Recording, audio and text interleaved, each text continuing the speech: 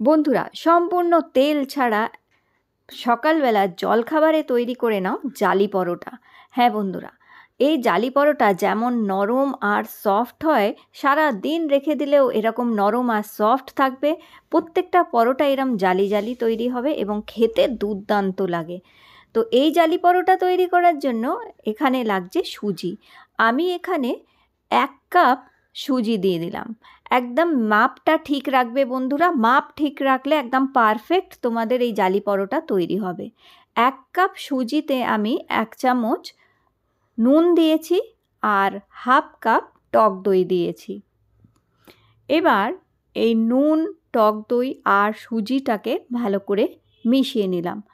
তো বন্ধুরা, মাপটা ঠিক যেভাবে বলছি সেইভাবে যদি দাও, এরমই পারফেক্ট জালি পরোটা তৈরি হবে। তো 1 কাপ সুজিতে আমি 1 কাপই জল দিচ্ছি।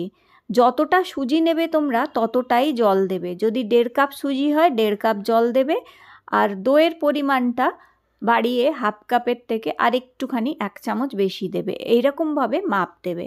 আমি 1 কাপের মাপে আজকে তোমাদের দেখাচ্ছি। তো এখানে 1 কাপ জল দিয়ে গুলে নিয়ে এবার আমি এটা ঢাকা দিয়ে 10 মিনিট রেখে দেবো।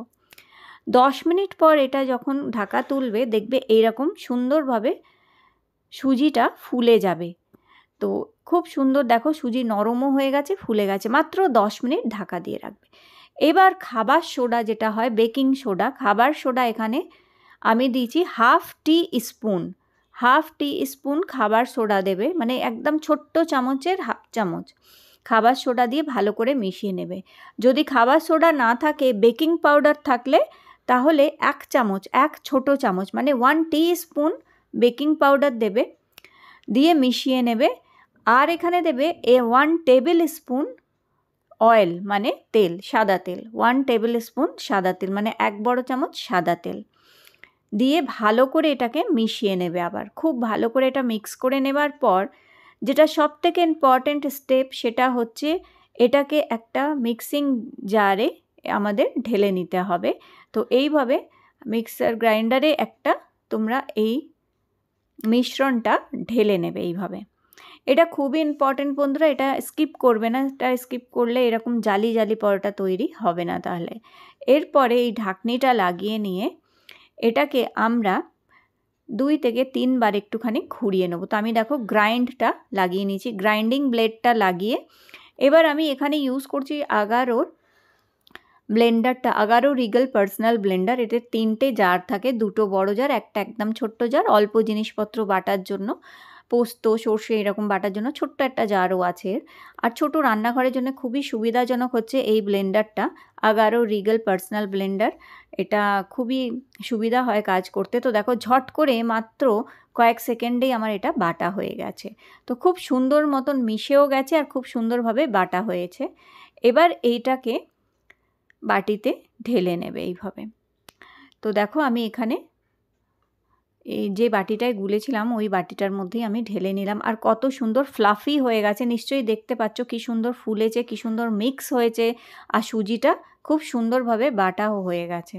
এবার একটা ফ্রাইং প্যান বসাবে, ননস্টিক বসালে সবথেকে ভালো হয়, তাতে কোনো তেল লাগবে না। তো দেখো ননস্টিক প্যানটা গরম হলে হাতার মধ্যে শুধু এই ব্যাটারটা নেবে আর মাঝখানে আস্তে করে ঢেলে দেবে। নিজে নিজেই দেখবে এটা গড়িয়ে গিয়ে একটা শেপ নিয়ে নেবে। তারপরে মাত্র 1 মিনিট এটা ঢাকা দিয়ে রাখবে, একদম ঘড়ি দেখে 1 মিনিট ঢাকা দিয়ে রাখলেই এরকম জালি পরোটা তৈরি হয়ে যাবে এখানে। তো দেখো কত সোজা তৈরি করা, আর খুব কম সময় লাগে এটা তৈরি হতে। মাত্র 1 মিনিটের মধ্যে জালি পরোটা রেডি হয়ে গেল। এবার এটাকে উল্টে মাত্র হাফ সেকেন্ড এখানে মানে 30 সেকেন্ডের জন্য এক পিঠটা একটুখানি উল্টে সেঁকে নেবে, ব্যাস। কোনো তেল ছাড়াই এই জালি পরোটা ঝটপট তৈরি করে নিতে পারবে।